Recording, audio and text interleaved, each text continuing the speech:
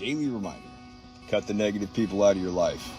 They influence your thoughts and attitude more than you think. Let them go.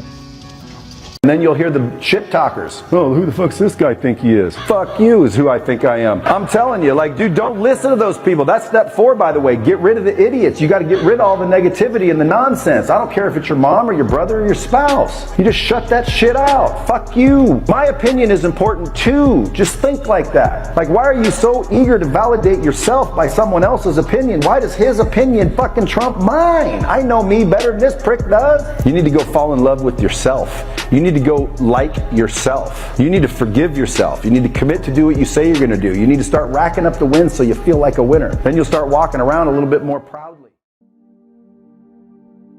Your circle of impact will direct your victories.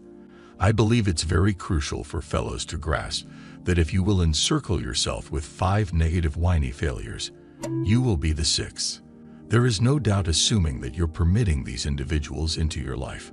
Jack Donovan's incredible books about manliness, tribalism, and the way of men will be a decent beginning stage.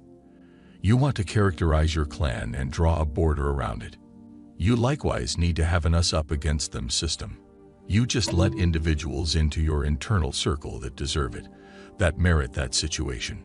Excessively many folks let these washouts into their internal circle that impact them in a negative manner. They feel that it's not going to have any influence. I'll give you a genuine model. There was this guy that I went around and around with. He was in his late 20s to early 30s. He tended to drink too much.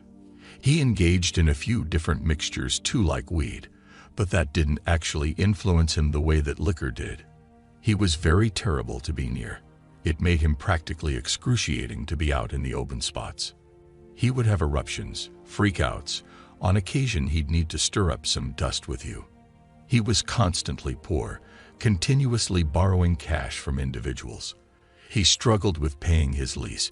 He struggled with attempting to maintain his business or bring in cash. I let this person in my internal edge for a really long time. For the most part, since I was truly old buddies with another guy that went to secondary school with him. This companion tittied himself up.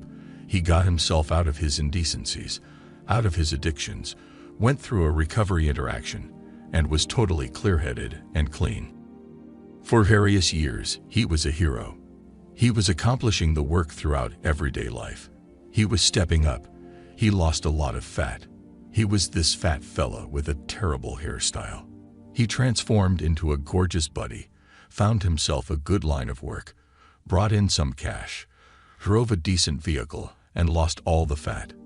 Toward the finish of it, when I came to know him, he was perfect. Thus, we began calling him Pocket Hercules at the workplace.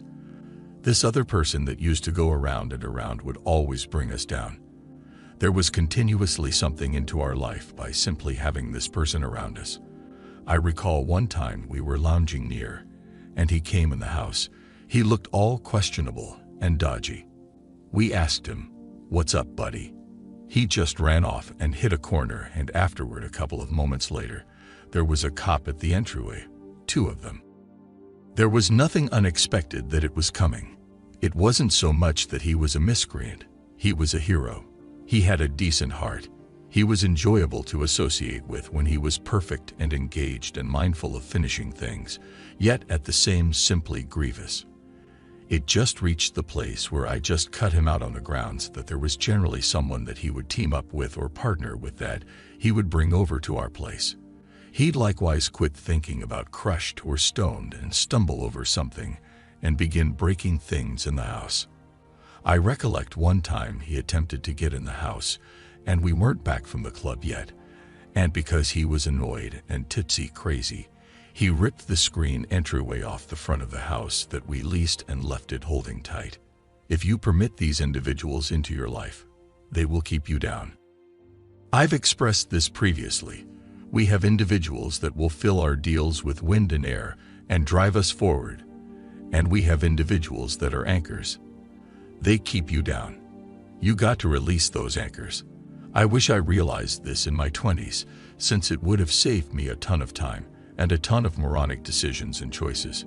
investing energy with or encircling myself with individuals that would have rather not stepped up, that didn't believe I should step up, that would have rather not stepped up themselves. They simply needed to be fair, and that is fine. When you distinguish them, you need to let them go. You need to release them. There's no doubt, and that could imply that you must release them. The old buddy of mine that was perfect needed to isolate himself from this person. He had truly battled with it, since he was old buddies with him all through the secondary school. You must have the option to do that when individuals do that to you, and they truly let you down. You got to let them go, and there ought to not be anything that is off the table. Truth be told, when I was in my third year maintaining my debt business in my 30s, I wound up getting into a difficult issue with eventually what was my closest companion of like 25 to 30 years. He was residing in my home. I really saved this person from his dead relationship with a solitary mom. I recall his mother called me from the States to beseech me to have him stay. I was good with that since he was an old buddy of mine. He was there for me. Yet he just went down the crappy way of veracity. He began working together with truly troublemakers. I got vigorously associated with genuinely terrible medications, and everything no doubt revolved around cash. The kinship assumed a lower priority. I wound up suing the fellow and set him free, and the moronic thing was he merited all that he got. After all, that fella had the balls to come at me later on and inquire as to whether we can fix us up, and simply fail to remember the salty past. You got to apparition individuals like that.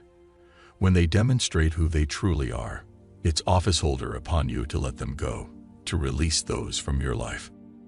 I realize right now there's kin watching this transmission and saying, better believe it, I know one, perhaps 2 or even 5 people in their inward circle that are risky for them.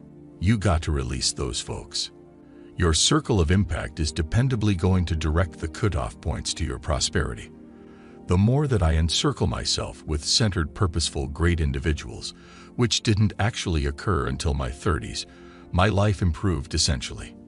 I quit permitting washout ladies into my life.